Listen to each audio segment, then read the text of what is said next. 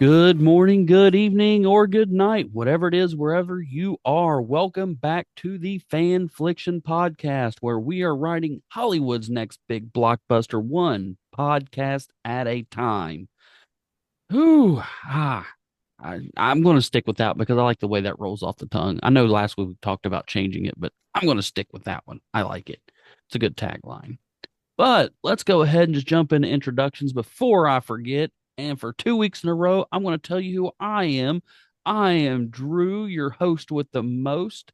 And I am just happy to be here. I'll go ahead and put that because tonight we are finally going to discuss the big plot of this season. What are they looking for? Why are they looking for it? We're finally going to get into that. We've met our main characters. It's time to kick their butts out into space and get going. But who else is going to be here tonight helping me do that? Well, not Brandon. He's once again not here. So I can't point at him and him get pissy because it's not in the right spot. But YouTube only sees my feed. So I'm going to point right over there to my lovely co host, Jess. How are you doing tonight? I'm here, so now I'm better than Brandon. Wow, way to Uh, set the bar real low. yeah, I wanted to make it easy for myself. I need this win. It's like second Monday, so but yeah, so I'm excited to see what this plot is because I don't even know. That's So right. That's right. You don't know. I did run it by Brandon through a text message this morning. And for the one time on this podcast, he didn't disagree with what I said. He agreed with me. He liked it. So it I don't must. know. He's not here. Like he could have been telling you, like, this is a bad idea. Don't do this. Don't do this. And you're like, yo, he agreed. He Shh, agreed.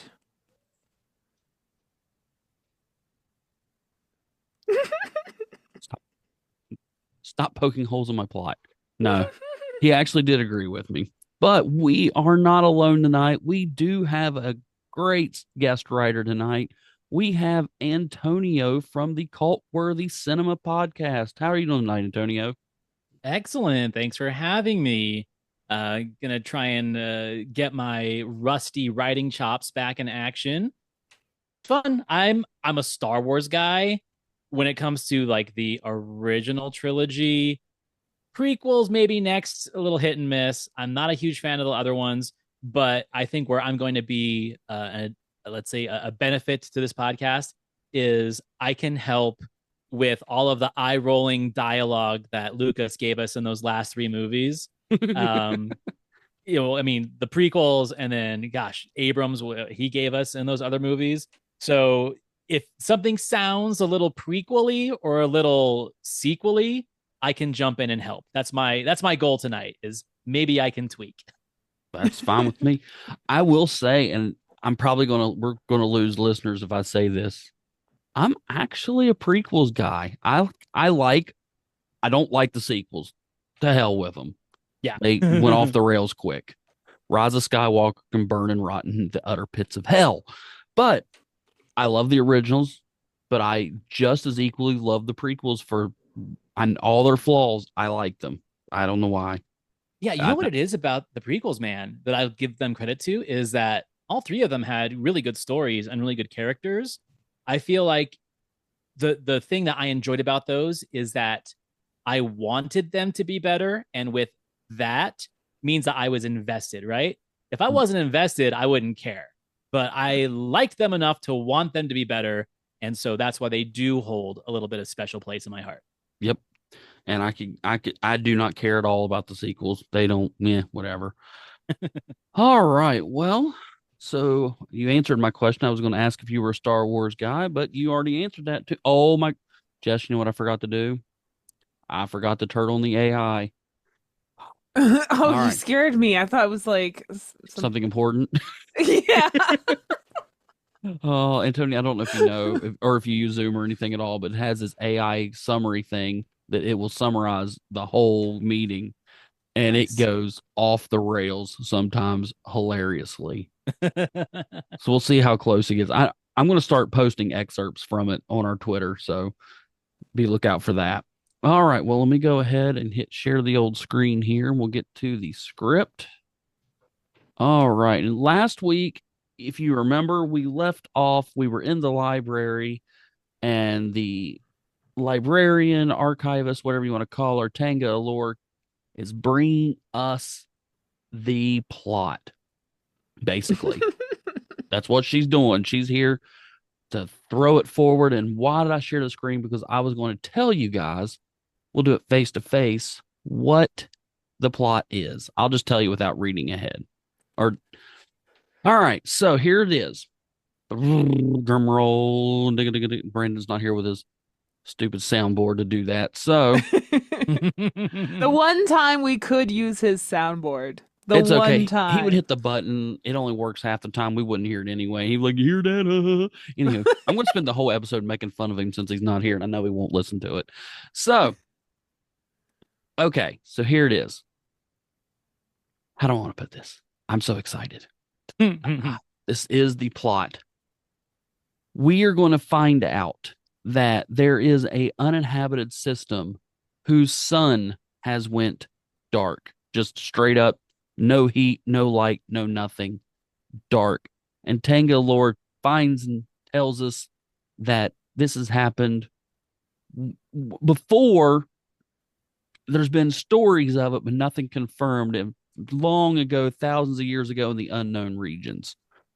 So we're going to send our protagonist to investigate that system. And then we're going to find out that that's what happened. They're going to meet some bad guys there. And then they're going to find out that they're going to have to go around and figure out what this thing is. And there's pieces of it spread all over the galaxy. And that's what they've got to find to piece this puzzle together. Did that make sense? Yeah. Yeah. It'll make more sense when we get to the script. I was just trying to go with the overall broad explanation. No, it sounds cool. And like if this is going to be like a television show, having them have to get multiple pieces, you can bring that into multiple episodes. So yeah. Oh yeah, breadcrumbs, man. You got to leave breadcrumbs. Absolutely. All right. Well, let's hit resume here. So we'll see. Everybody see the script? Yes. All right. So Tenga Lore. Hello, Masters, Hearts, and Chemek. And hello to you, little one. Are we ready to get started? All right. So Arden Harch comes in and next. And yes, the council has chosen Master Chemek to handle this investigation. I already see a edit we need. I'm going to add Master Chemek and his Padawan. That way it's not just talking about him. Emphasize the fact that he has one and he doesn't like it. Mm-hmm. Anybody have any problems with that line overall? It's pretty straightforward, I think. Yeah, I think that's good. Yeah, because it goes right to like Mal doing the without asking me first. Yeah. Yeah, So because he's still mad. Yeah, Right. we want to see more of that. Oh yeah. He's going to be I think he's going to be the most fun one to write for, at least at first. So like Jess said, right after that, Mal Chemek muttering under his breath without asking him first. And then Harch gives Chemek a look of condemnation. And I guess he kind of, should we have him, does he react to that at all, or does he just sit there? I don't know. I think it's fine that he just sits there. I mean, it's first impressions, right? So the less awkward it is at first, the better. And it just gives us more anticipation for the conversation to go awry, if that's where you're going with it. All right, so I'll put no reaction from Mal or Chemek. I need to figure out whether we're going to use his first name or last name because I keep bouncing back and forth. I need to stop that. All right. So, all right, Jess, you want to read the next line since it's you? Very well. What I'm about to tell you is not entirely being confirmed. Some of this is speculation based on what has happened in the past. Of course, that's Tenga Allure, our archivist from the library. And we move on to page 9. I mean, all right, well, let's back up. How's that sound? I'm almost thinking that what I'm about to tell you is not, maybe should be, has not entirely been confirmed. That's a very good point. Nope.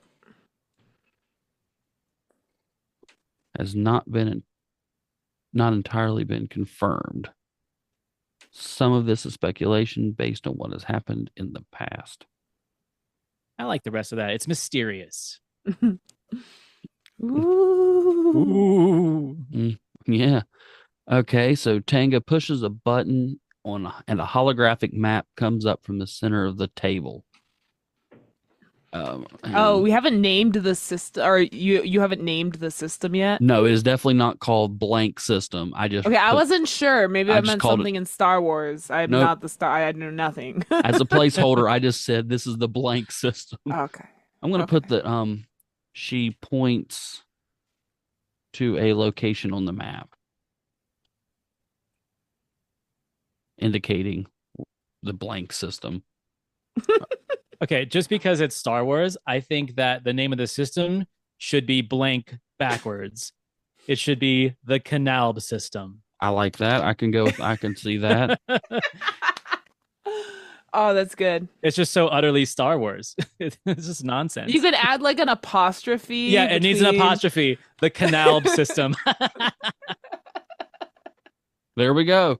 Yeah, that's for the Canalb. scholars that come back and like research this script. I'm like, oh my god, it's blank backwards. How did they get that?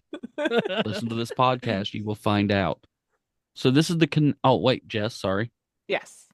Oh, this is the Canalb system. Love It is it. uninhabited. Normally, it is absolutely unremarkable until yesterday when its star went dark. Okay. I forgot a comma. Still. All right. Is that unnecessarily wordy? I feel like Tenga is like, the knowledge keeper, so I think that they need to be a little bit more pretentious with their language. So this is the Canalb system. It is uninhabited. Normally, it is absolutely unremarkably. I think there should be some humor here. I think it should be remarkably, it is absolutely unremarkable. Ooh. Mm. Mm. I do think it's funny that the blank system is uninhabited. Right. I think that is hilarious. I didn't even think of that. That's perfect. I don't really. Normally, it is absolutely unremarkable. It does seem wordy. I'm just trying to figure out how to make it more playful. Well, I don't really think I don't know if we want to use Tenga as comedy. As the playful one, I got you. Yeah. Normally, it is absolutely unremarkable. Maybe absolutely is just unnecessary in. I was gonna say maybe like the normally is like it is just absolutely unremarkable. Yeah, one of those words should go for sure. Well, yeah, like I feel like one of the words. So we should get rid of either absolutely or normally, because I feel like if it like it's just I don't know or something. All right, which one? I could get on board with getting rid of normally and let the actor play with it. Okay. If I can get my mouse to stop moving. It is absolutely unremarkable until yesterday when its star went dark. Dun dun dun. Yeah, I like that. Ominous. Okay, then we have Malchamek. Pardon me, Master Allure, but what do you mean by going dark? As in supernova? I'm just a bad actor, or is that a bad word? Or can I just get rid of those last three? Yeah, Or- I don't think supernova is necessary. Pardon me, Master Lore, but what do you mean by going dark? Yeah, I like that. All right, And I mean, if the actor is like angry, he can also do like the pardon me as like almost kind of like sarcastic, like pardon me, like what are you talking about kind of thing. So it's just yeah, I think it's fine. Yeah. Essentially, he's like, explain yourself. Yeah. Okay. Do we need any kind of action going on here other than or just the actors talking? Excuse me, does that make sense? Are they sitting now? Like they're sitting looking Yeah, at the map? Yeah, they're doing? still sitting at the table in the library. I mean, Okay. do we need any kind of looks or eye rolls from Chemek on, oh, good Lord. Yeah, I'm just trying to figure out like how like what kind of I mean, he's I don't still know. irritated and doesn't want to go. She's Yeah. she's just the information giver at this point. What And is Kalain doing at this point? sitting there eagerly and about ready to interrupt in a few seconds. Because if you're gonna do some action, maybe it should cut to them doing something in particular, you know? Maybe like have her like sitting straight up and have her leaning like slowly like going forward in her chair or Or like Yeah, studying the map on her own, like she's looking at the map already yeah, outside like the oh, there we conversation. go. yeah, she's doing the Tracy flick. She's kind of being an eager beaver and trying to figure out what this thing is before the adults in the room have even conversed about it. All right, when should we have her be doing that? I think after like yeah, well Malchamek, and it kind of like cuts to her kind of Okay, um so yeah, just looking at the map, studying the map. Yeah. looking at the map, um, And then from studiously. there, depending on the camera, you can see her probably still doing it when it's like focused Right. on Tenga and stuff. She's And while Mal's having this conversation, he's kind of like side eyeing her as like, no Tokar, like, don't touch that. damn children. Right? Seriously. Looking at the map with intense concentration. Ooh, there we go. Yeah. Intense. Okay. So then we have Tanga say, No, the star just went dark. It stopped radiating heat and light. That's radiating, right? Just spelling error. Raditating. I can't spell. We need a sound effect for every time I screw up. Take a shot. It'll sound something like this because I can't spell worth a hoot. Wait, hold on. Maybe I have a soundboard. There we go. All right. So Chemek, how does that happen? I'm kind of. What if we change that to Colleen? Yeah, like Ooh. her jumping in. Yeah, I like that. Yeah, she's. And as she says it, he sides-eyes her as like, okay, why are you speaking? You're already touching shit. Now you're that does sound talking. very very Mal Trebek. All right, how would she say that? Or maybe no, we don't have her say it a certain way. I mean, just how does that happen? Yeah, I Right. feel like that's fine. And then I do think like Mal should like side eye her kind of. Right. Well, he's going to do that in a minute. Oh, okay. When she's straight up here in a second, like she completely interrupts the next sentence. So Gotcha. We know what's happening. Yeah. well, okay.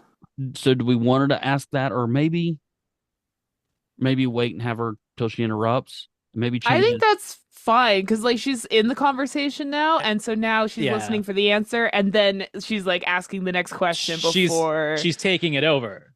Yeah. Yeah. Okay. Okay. So how does that happen? Kid asks, and we get the answer. We do not know, but we know that the star should have continued burning for thousands of years. We Has this ever happened before anywhere? Mind your place, young one. Sorry, I skipped the action there, but No, it's good. It's good Yeah, to like it's hear good. how the dialogue's playing, and then we can go over action. So that's kind of how that went. But Yeah. back to the first line for Tanga. Do we need anything of that need to change? I know. No, it's no, We it do not explains. Yeah, we do not know, but we know that the star should have continued for burning for thousands of years. I don't know. Maybe having the word no so close together with no again might be a little bit wordy. So we do not know, but that star, and just leave out the we know part. Okay, hold on.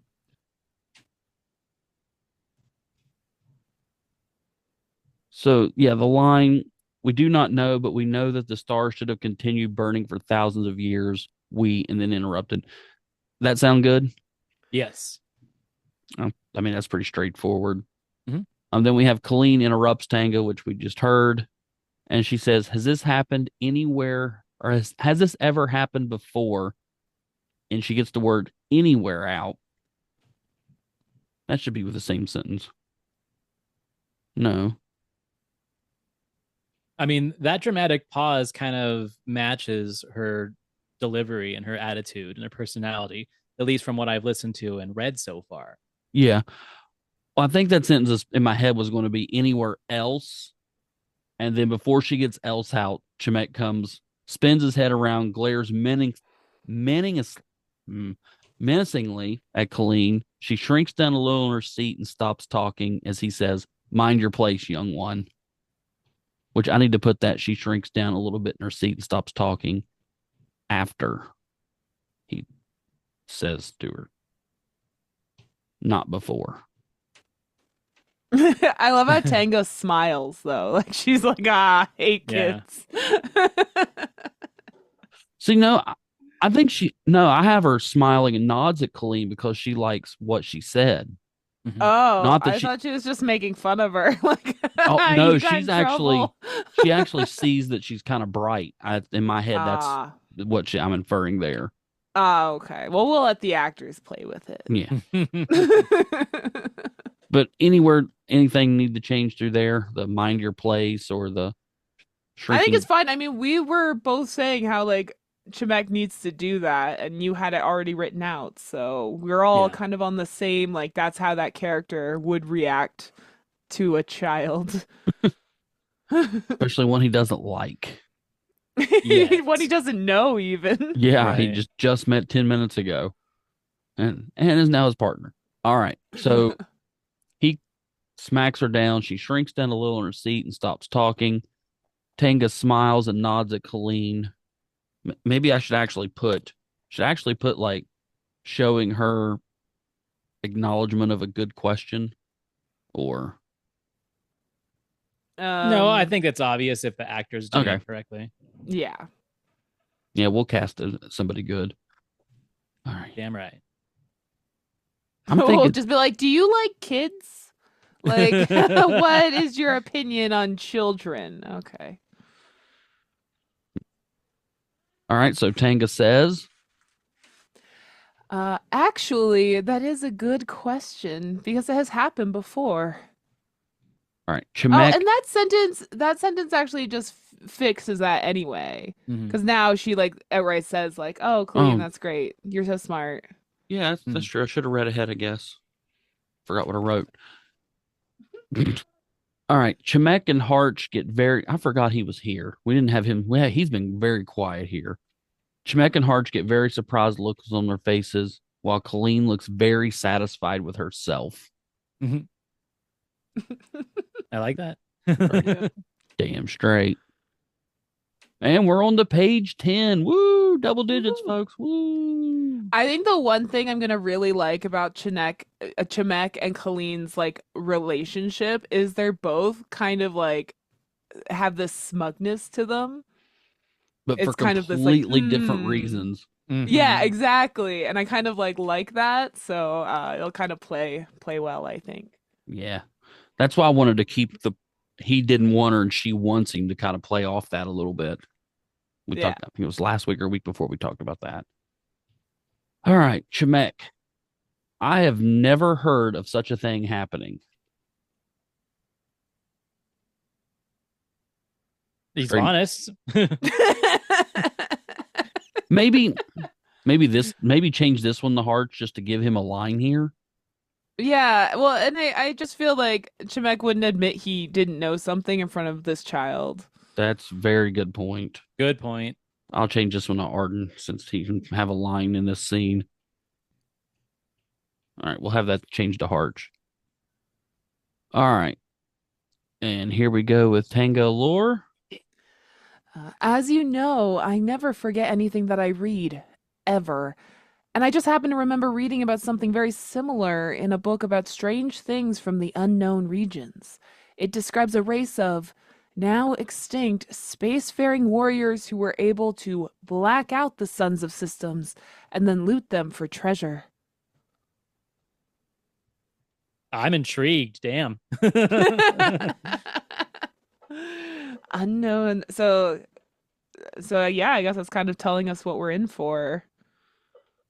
Yeah, I mean, we've got a system we've never heard of, a race we've never heard of, which if we want, we can name the race here or we can wait till later. I just put that in because was going to just create one because trying our best to use as little known things as possible. So yeah. That's good. I mean, I wouldn't know anything about creating a race, so we will not be visiting a desert planet. I can bet you that. That's been played out. All right. But other than that, anything in there too wordy or No, like that's a good line, and I'm already intrigued about what this spacefaring warrior race is. I love the fact that they're warriors too, because that can add up to some action later, I'm sure, is what you're thinking. Oh, I don't even know if we're going to meet them. But I just put that. But yeah, I mean, yeah, that was my idea. Yeah, totally. Yeah. Yeah, there you go. Action scenes. Right. No, it's not overly long. Like even just reading that right now, that was really quick. It's not like it's a monologue or something. Yeah. Describing. It's giving just enough information to like move forward. Okay. All right. So then we have Colleen is fascinated in the story, visibly, or maybe is fascinated in the story that Allure is telling. It doesn't need to say that Allure is telling. We know who's telling the story. Office of Redundancy Office called. Chimek looks visibly irritable, which I know has been a common theme, but I just want to get that across, like shots of him being just grumpy and pissed off. Make sure we still know this new information is not changing his mood at all. If everything she says is just making it worse. Right. She's like, wait, I'm getting a kid and a job. Like, this is nuts. And I have to deal with space-faring warriors later. In the dark. Black hole suns. Great. Yeah. All right. So then Malchimek irritably, so what you were saying is that a group has come back from the grave to threaten us. So he literally is taking that literally, thinking that some long ago extinct race is back. That makes sense. I honestly can cut this whole part out and be happy with it if it doesn't make sense. So this was basically just a way for me to have Chimek and Tenga lore start chirping at each other. Yeah, I am not saying anything, Master Chimek. I'm just giving you the facts. And then Hart raises his hand to calm the conversation. I mean, I think, Chimek kind of being like, because he's already mad, going right to, so we're fighting ghosts. Like, this is what you brought me here to do. Like, really? Like, now they're going to threaten us from the grave. What are you doing? Kind of thing. So I think the line is like fine in that way. Yeah, me too. And then I think like Tenga's response is very like police procedural. Like, let's not get out of control here. I'm just saying, this is what I read. You interpret yourself, but you got a job to do. Yeah, and it does it gives Hart a reason to like be like, okay, like we're moving forward. Let's calm down. Like, so we can have line number 2 in the scene. Woo! Woo! All right, Hart raises his hand to calm the conversation. Let's try to focus on the problem at hand. A star does not go black by itself. The council wants you and your Padawan, this is to Chimek, to investigate the system and report back with what you find. You are to leave at once. So I should probably put... Well, I was gonna say like maybe after like a star does not go black by itself, then he turns to Chemek and then goes, "The council wants you and your Padawan to investigate." Okay. Let me. Because then he goes to look at Tenga after that. So I feel like it's like Turns and talks directly to Shemek and Colleen. Okay. Character. You continue. Okay. All right. So there we go. We just split it up. So let's try and focus on the problem at hand. The star does not go black by itself. Harch turns and talks directly to Chemek and Colleen. The council wants you and your Padawan to investigate the system and report back to what you find. You are to leave at once. Do we need that last sentence? Yeah. Okay. So this is kind of my little idea is you were to leave at once. Maybe this should be a good opportunity for some action from Colleen where like she smiles with anticipation and then maybe Mal looks at her and then she like frowns as Harch is finishing his line, you know? Like she's excited and then she sees that her master does not approve and then she like falls back in line. I like that. So Colleen, it's almost like she's like doing it to try to get Chemek to like her. Agreed. Yeah. Like she's not even like it's like I can even see her doing the face almost like mockingly, like she's trying to like right, like hold it in. well, I don't know if we need to go that far. Right. First, well, I just mean like she's like what would we say she was like 15? Like that Yeah. is It that's what gives she'd be like she's just over exaggerating it because that's just what she's trying to do. She's like I'm a grown up. Yeah, it gives the performer the seed of a performance. oh, I see what you're saying. Amazing, Okay. yeah. So, all right, you said so. What? Sits straight up and almost bounces. She's so excited. Yeah, I like that.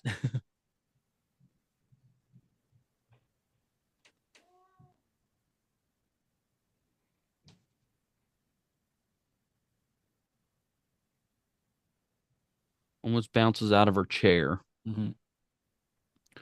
And what you said Chemek does? Glares. Chemek shoots her a stern glance or something.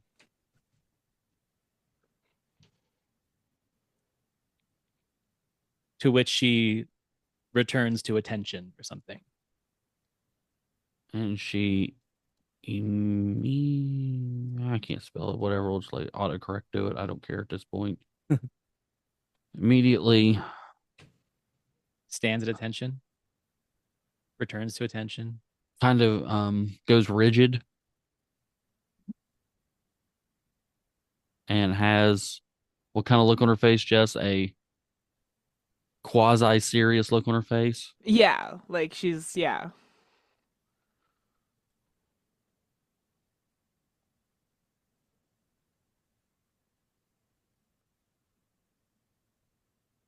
Okay. Yeah, I like that. Yeah. Being able to create a relationship with those two, not with words, but with action, I think is really important to building their character dynamic. I totally agree. I like that. That's a good ad right there. I like that. Like that a lot. All right. So then we have, we don't need a space for that. Harch looks at Tenga and Harch says, the council would also like for you to accompany them.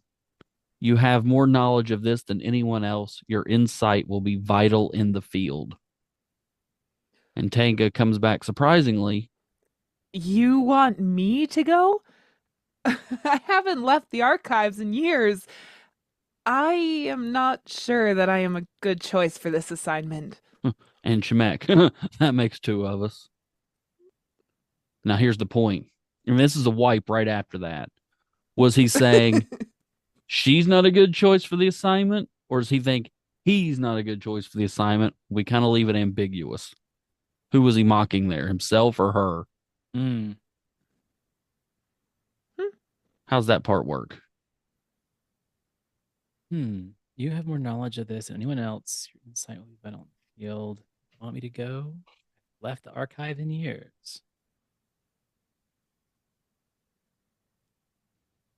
I mean, it kind of shows Chemek like silly for like a second, Yeah. which I think is fine to like end a scene on, especially because he could be like he's silly, but he's also mocking whoever Yes. he's mocking. He's mocking someone, See, So. yeah, see, I don't see him being silly with him. I'm thinking it's seriously just he's making fun of either himself or not. He's putting himself down or he's putting her down, and it's let's let the audience figure out who in the world which one it was, up to them, like their own interpretation. Yeah, I mean, I think it's fine for like the end of the scene and then the wipe. Yeah, it's almost like, and I feel like I'm being so cliche right now, but instead of Shemek laughing and saying that line, I almost feel like he should be turning and walking away and saying it under his breath as we follow him out of frame and then wipe. Because he doesn't seem like he wants to end that conversation with a quip. Instead, he's like, okay, let's get to work. He's still going to say the line, but he doesn't really care if they hear it or not. It's more of a line to himself. That makes sense? Yeah, okay. I see. Yeah, because Yeah. he does do that. He has talked under his breath before too, so that is a very Chemek thing to do. Okay, so we could back up here and maybe instead of Harch looks at Tenga, they all, man, how about we have them? Let's just delete that. They all stand up from the table and start There to you make their go. way toward the door. Yeah, there you go. Everyone stands up from the table.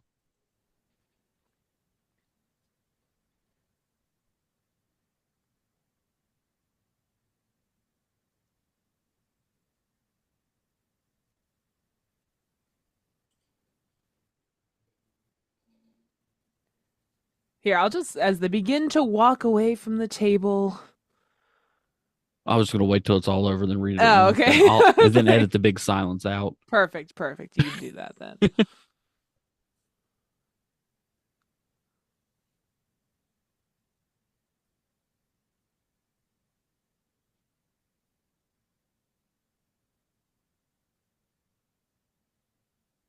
All right. So everyone stands up from the table, makes their way to the door. As they begin to walk away from the table, Harch looks to Tenga and gives her the news. Hey, guess what? Hey, librarian, you're going on the mission. Mhm. And she doesn't like it. And then she says, "You want me to go? I haven't left the archives in years. I'm not sure that I'm a good choice for that assignment." Chemek, like, let's just do under his breath again. Under his breath as he walks away.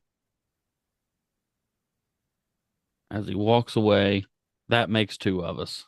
And then get rid of the exclamation.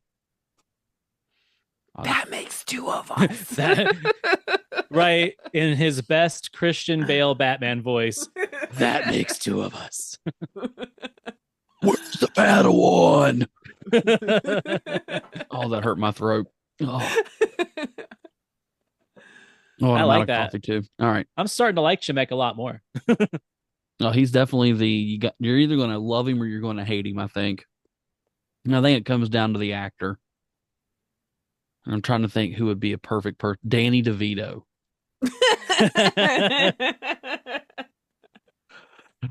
Take my money. Honest to God, now that you said it, I can kind of see Christian Bale doing it. Not in the full Batman voice. In his natural British with just a little bit of rasp. With his Reign of Fire beard. Yes. Bigger though. Little bigger. A little bigger. He hasn't shaved it in 10 years. He's been at the Jedi Temple. All right, so that ends that scene. And we wipe down because, it's Star Wars. That's what we got to do. Got to wipe different directions every which way. And then we go to exterior hyperspace.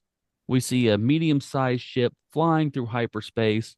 We can see a Jedi emblem on the hull, signifying that this is the ship they've Taken immediately. Yeah. And then we go to the interior of the ship bridge. Mal, Colleen, and Tenga are in the ship's command center. Mal is piloting with Colleen as navigator, and Tenga, sorry, did I spell that right? Yeah. Okay. Tenga is standing nervously over their shoulders. Colleen gives Mal a smile, and he quickly looks away to monitor on the panel. Excuse me.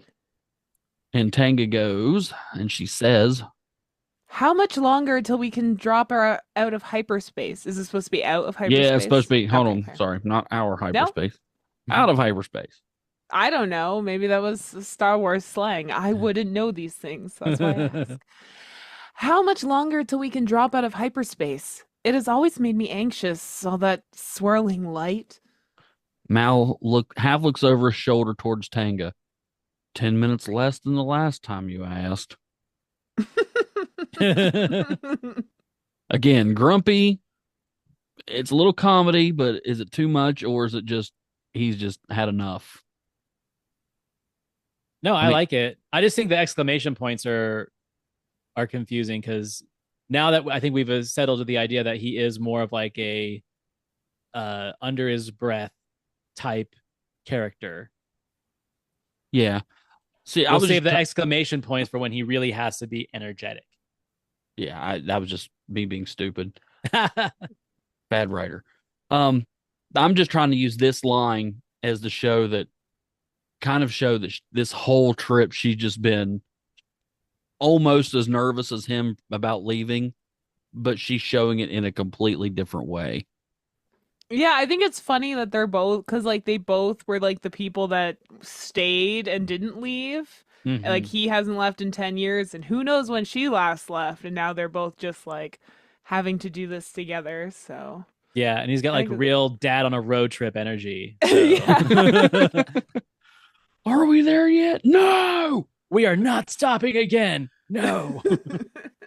no, we're not pulling over at the next system so you can be. And I find these like little moments like do let us like see Chimek a little bit more and like how he is and that kind of stuff. So I think they're fine. All right. But nothing up about in the Colleen gives Mal a smile and he quickly looks away to monitor her panel. Or does he just glare at her? Does he just brush it off or does he just No, I think looking away is fine. I mean, rolling his eyes is too obvious. So just looking away is fine. As if I'm not going to waste the energy of an eye roll on you right now, kid. Okay. All right. So 10 minutes less than the last time you asked. Colleen checks the control panel to her right. We should be able to drop out of hyperspace in about 25 seconds, Master Allure. So answering her question since Chimek blew her off. And continuing, Colleen looks over at Mao. Protocol dictates that we should drop out of hyperspace on the edge of the system because there's an unknown factor at play. Mal rolls his eyes and stares straight ahead. Do Yeah, not see. do not dictate Jedi protocols with me, young one. I was following them before you were ankle high to a gun dark. Too drunk uncly or Drunkle. drunkle. Do not dictate Jedi protocols with me, young one. I do like the rolling of the eyes there. Yeah, I'm glad that we saved it for that. Yeah, so that's that's good. Okay. Maybe instead of telling her do not, he might say no need to dictate. That way it's like not an order, it's more of like a passive aggressive statement to her. No need to dictate Jedi protocols with me, young one. I was following them before you were ankle high to a gun dark. I don't mind the sarcasm at the end. I think by saying no need to dictate, it's less of an order and more of like a passive aggressive jab because I think he wants to kind of break her spirit a little bit, and direct orders aren't the way to do that. It's passive aggressiveness that's going to do that. Okay. All right. Anything, you good with that, Jess? Oh, I'm good with that. I think the note, yeah, not making it an order makes it work better with the second line of I was following them before you were Yeah, ankle high. Like I think that makes it like you wouldn't like order and then say something kind of snarky, but right. turning it passive aggressive and then saying something kind of snarky makes more sense to me. So, All right. Okay. Mal reaches over to a lever and holds it in his hand, or holds his hand on it but doesn't pull. Chemek he keeps talking here, exiting hyperspace in 5, 4, 3, 2, 1. Mal pulls the lever. The ship drops out of hyperspace on the edge of a planet. Alarms and klaxons immediately start ringing in the ship. Tenga Allure shouting over the alarms. what is that? What's wrong? Mal looks at the console and then looks up slowly with a frightened look on his face. We see three starfighters swoop past the view screen. Dun, Ooh. dun, dun. And that's as far as I got this afternoon. I mean, it kind of like lulls you into like a false sense of security for like a second, and then all Yeah. of a sudden it's like loud noises and fighter Yeah. ships. And I like the fact that, I've always found hyperspace to be kind of soothing. And I think it's interesting that Tenga does not feel that way about it. And it's kind of like a harbinger of what's going to happen next. Yeah, that was kind of a little foreshadowing there. Yeah. She kind of senses something coming up. Then we've got the little bit of Quirk chirping back and forth, little laugh there, and then all of a sudden, boom, they're in trouble. Yeah. I mean, especially because like Chemek was just saying, like, you don't need to tell me what I'm supposed to do as a Jedi. Like, I'm the one, like, don't dictate your Jedi protocols to me. And then all of a sudden, He doesn't follow him. Yep. Yeah. Yep. And oopsie. Ah, very Chemek of him. All right. But that was a big hunk. Do we need to change anything through here? No, I like it. I think it was engaging. And I do like some of this, personality connection that we've built between Colleen and Mao. And then I have no idea where Tanga's going with his characterization, but I almost feel like it's going to be like a save the cat kind of moment later where, damn it, Tenga, like, do we have to keep digging you out of this situation? Like that's the kind of character I feel like they're going to be. I could be totally wrong, but I like where it's going in my head canon. Oh I no. feel like Tanga is also more like she loves like the adventure in books, but the minute it's real life, she can't handle it. Right.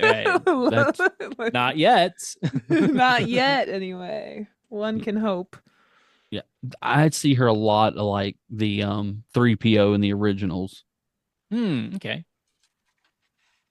Kind of. And the whole like when it starts hitting the fan, she's like just wailing her arms like, "Oh my god." Like we're all going to die. Put my head on backward. Anyway, She's book smarts, not street smarts. exactly. Which Space smarts. will come in handy Yeah. later. There's a tease. All right. Well, if we don't have any changes there, hey Brandon, what do we do now? You hit the save button. That's right. So we will save this. This is episode 7. Wow. We made it episode 7. And we're halfway done page 12. Woo! Yeah. Woo.